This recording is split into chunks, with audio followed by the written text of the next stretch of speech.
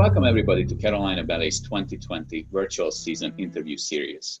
Today we are fortunate to have musician-composer Shinji Eshima with us. Thank you, Shinji, for joining us today. Pleasure to be here. Thank you. Many of our patrons and viewers might recognize your name from last year when we did Bariolage that founding artistic director Robert Weiss and artistic director and CEO Zaman Rafael choreographed together. But before we would get to that, I thought it would be interesting to ask you, how did the passion for music started for you? Well, I had a cousin who was a concert pianist.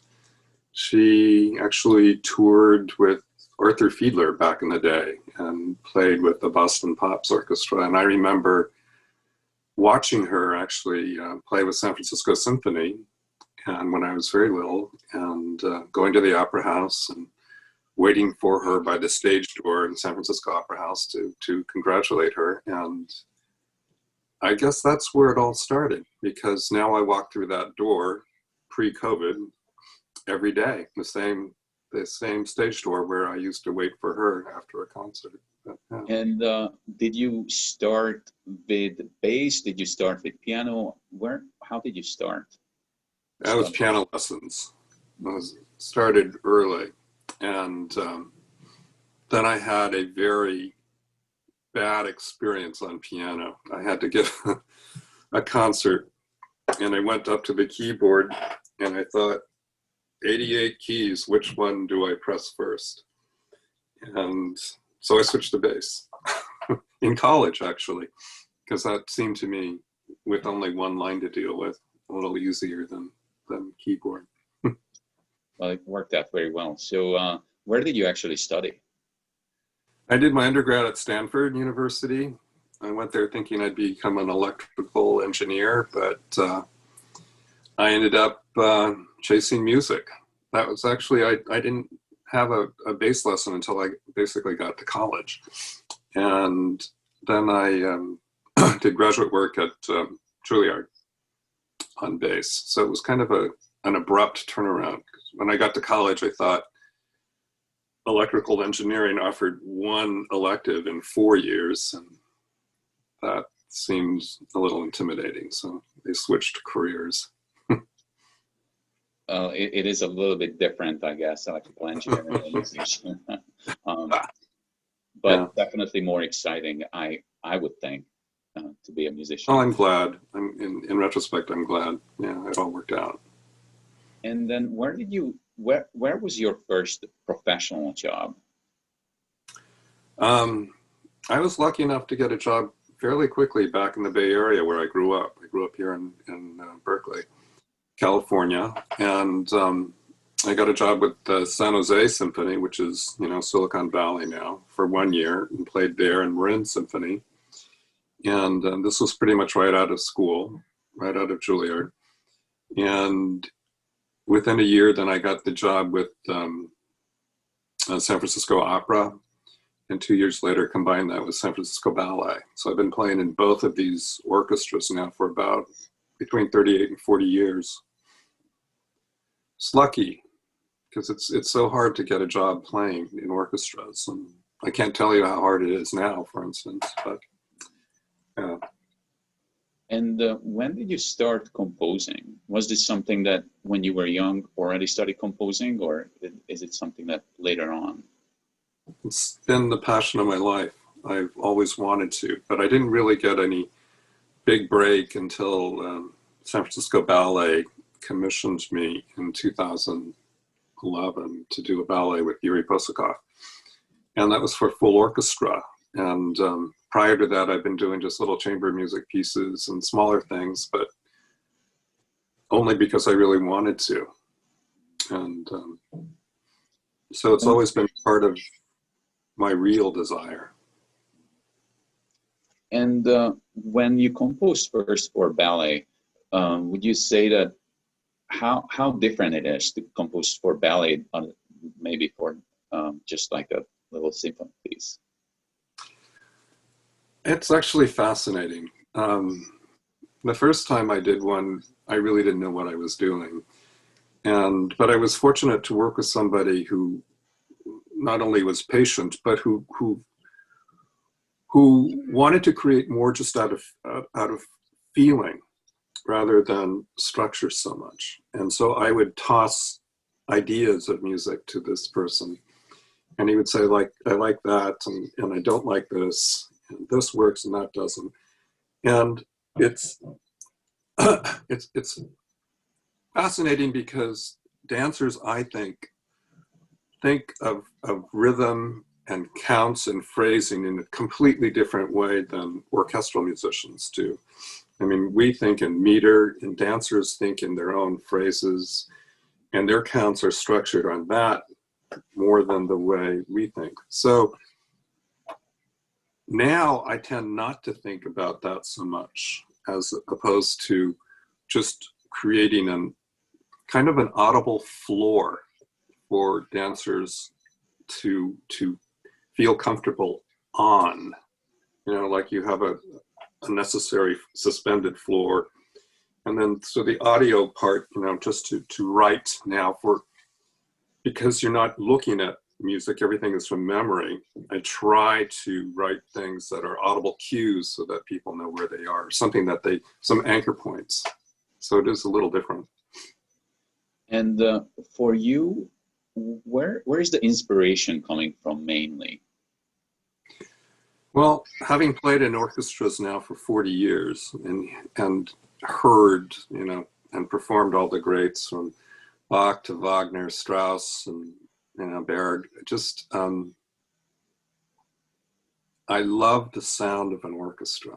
I love the sound of musicians playing. And because of my relatively new appreciation for ballet, I see that as having this live performance as having this kind of humanity in it that I associate with sound. So it is a privilege, really. I mean, it's just a total privilege to be able to be involved in this. And I find that it is a source not only of meaning in the world, but also of an expression of genuine humanity and love. I mean, it might sound corny, but that is, I think, the gesture behind everything that those in a company, such as yours, are all trying to do. And that collective experience is what I think is so incredible, right? It's not only the dancers, it's the stage, the lighting, all this that goes into the costuming, and then the audience. That's also a very important, I think, contributor towards this thing that grows out of that collaboration. So yeah, I'm very passionate about that. When last year, when we first worked with you, it was something that you already composed, Bariolange, and it's a very, very unusual piece. How did that come about? Well, the people who commissioned it from me, I actually met Michelle Korash in an aisle at the Opera House, and she had seen the ballet that I just premiered called Swimmer. And so she's a supporter of San Francisco Symphony. And she actually just came up to me on opening night and asked me if I'd be interested in writing something that she would commission. And I was floored, when do I have somebody just come up and walk up and offer this? And so I said, sure, of course. I had no idea what to expect. And then she said, yeah, whatever you'd like, but I'd like it to be for these two particular musicians in the symphony, Amos Yang and Charles Chandler. And as it turned out, Charles was my former student, my first student, actually. And he's now in the symphony. And so even a bonus to be able to write for him. And Amos is the associate principal. Fantastic. And they used to play together in San Francisco Youth Orchestra. And so it was sort of a real coming home for us. And then because of them, I think the piece became a real personal thing for me. And it wasn't structured so much thinking of ballet. It was actually the people who commissioned it who really thought of it as a ballet. And it had its sort of ballet roots because my wife is in the world of ballet, and she sent it initially to Jacques d'Amboise, who listened to it and said, "Oh, this has got to be a ballet." And the first person Sandy thought of was Ricky. And so she sent it to Ricky Weiss, and he apparently called Sandy within a half hour of listening to it and said, and that's how that you know, as random as that is, it's kind of like a ping pong ball going all these different directions. But then it ended up on your stage, which I'm, you know, floored by, no pun intended, but it was just a great experience. And I believe that you were able to come here last year and see it Yeah, in person. yeah, I came and I was totally amazed. I'd never been to that part of the world, and I was just so impressed. A beautiful performing arts center, an amazing company, you know, that Ricky created, and he certainly picked a great successor. And you know, that the combination of the two, I never worked with people who would share a piece to choreograph, but it worked, I thought, really handsomely. And so yeah, it was one of my best experiences was to come to Raleigh, and actually the person who commissioned it, he's a physician, doctor, scientist who has research work happening in Duke. So he was able to come and not only see the ballet, which he commissioned and therefore appreciated even more so, but he combined it with being there on his own business as well. So it was all in all. It's a small How world. can yeah, that and great barbecue makes for a great time. And now you are working with Zal and Raphael on Snow White, very, very different. What is the approach for Snow White? Well, Zolly had the idea, which I think is brilliant, because there's never been a Snow White, and it seems like such a great story for a ballet. It's my first full-length ballet, because the other works have all been 30, 35 minutes. And so the opportunity to follow this story was fantastic. And I think it's so timely now, because who wouldn't want a knight in shining armor to come and rescue you? You know, had this been kind of more a modern take, I had thought it would have been funny that the modern prince to come rescue you now would be perhaps a doctor in a hazmat suit, right? You know, and take the poison apple away and cure you. But I think it's really timely to have this. There's so much, and Zolly's take on it was initially really, really dark, like the original Grimm fairy tale. But all of the insights that he has into, like, I never would have thought of having the role of a mirror be portrayed by, you know, I don't want to give everything away, but by a dancer or by personification of trees for the forest scene. It's just, you know, these are mind expanding for me. But I had no idea what he was going to do, except he wanted the story that he outlined very carefully. And I guess the way I write is based on sort of programmatic type of, this is the way it begins, this is the ending, these are the scenes that I need to portray. And so I tried to follow that as best I can. Well, I can't wait to see it for sure. And hopefully we'll be able to go back to the theater next year. You know, and I'm not saying this to because of you guys are doing this ballet, but I have to say the quality of the dancers are fantastic from what I've seen. And what Zolly is doing, it's one thing to sit here and write music. It's another to experience somebody else's vision about what they see in it. And that has been amazing to me. And you know, I've seen companies, I've had the privilege of being at the Bolshoi and seeing all the great ballet companies in the world, in Italy, certainly a lot in Paris, attended plenty of rehearsals for things as they're being created, you know, here in San Francisco too. And I just really admire the quality and dedication of the dancers, and everything is just so, I don't know, there's a certain respect for the craft there. And I mean, even Julia Tyson will not let me miss a second because she's just so on top of it. So I'm just saying that the level of quality is, I have to say, I'm very grateful for and very impressed with. So I so hope to be able to come and see what you guys have created there. Well, absolutely, we would love to have you. And of course, you know, I think especially now, you know, this time is very strange, but I think that is what Zoli always thought is very important, that we got to keep going. Yeah, of course, yeah. We're not able to perform, but we have to keep creating.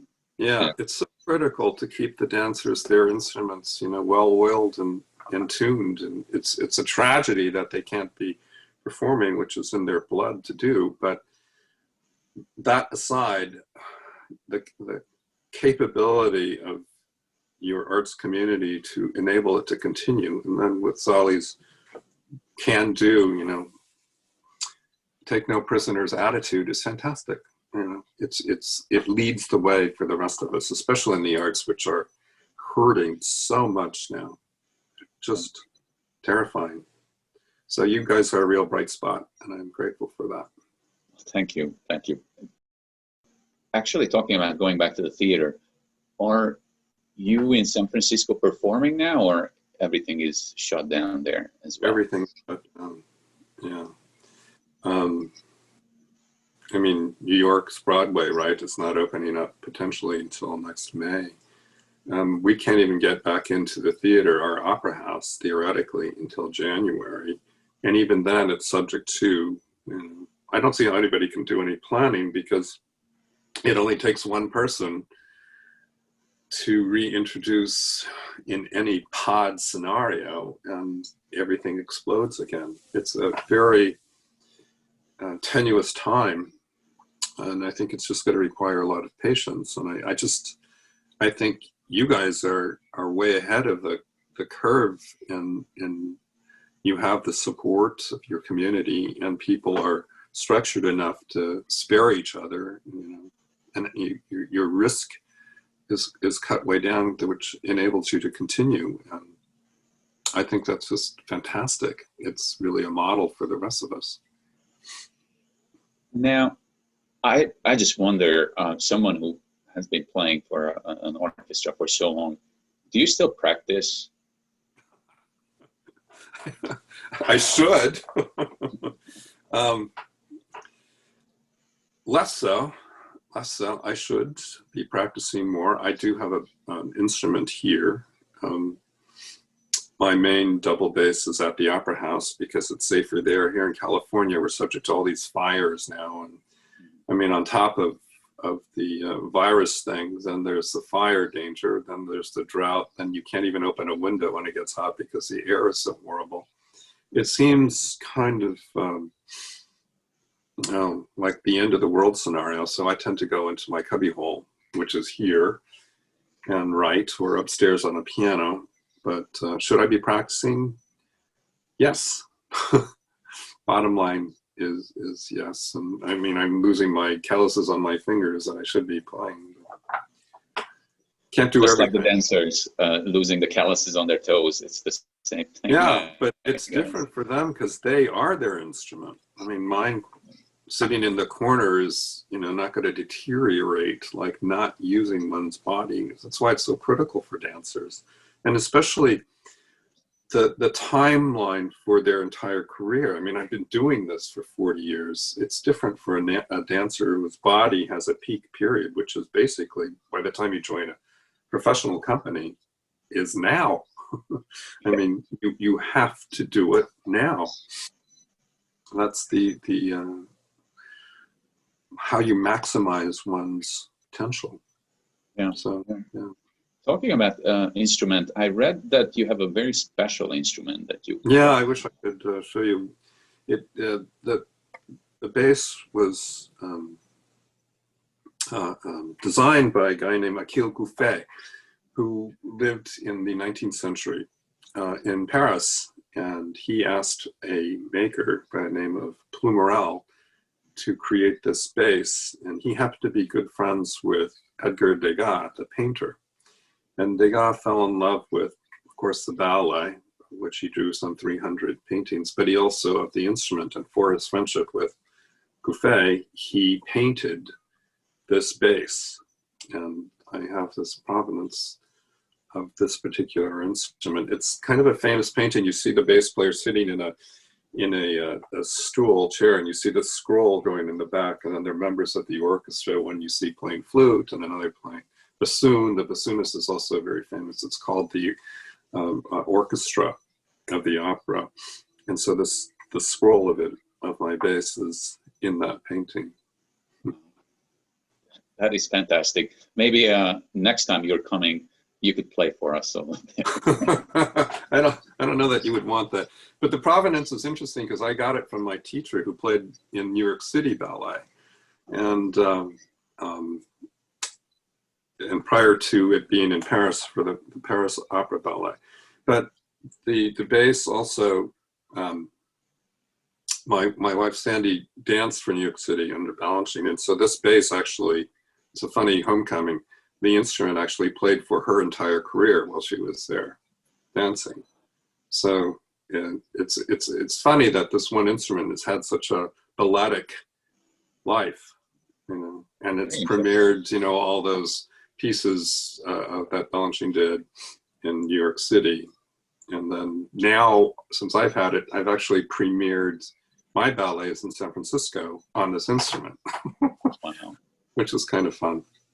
Wow. Well, I really wish we could have you here in person, of course, with your instrument as well. But very looking forward to Snow White. Hopefully, we'll be back in the theater shortly. We're obviously planning on going back to the theater in the spring of 2021, and Snow White is scheduled for later. So I'm 100% that we'll be able to. I look forward to that. I really do. Well, thank you so much for taking your time. We really appreciate now that you had us over at your home, and also for joining us live. We actually have, just after this recording, we'll have a live YouTube stream that you probably already seen when this video comes out. But we're really fortunate to be able to work with you, so thank you so much. My pleasure. It's a real honor to work with your company, so thank you very much. Thank you, everybody, for joining us, and hopefully see you soon. Thank you so much again for supporting Carolina Ballet. Stay safe and stay healthy.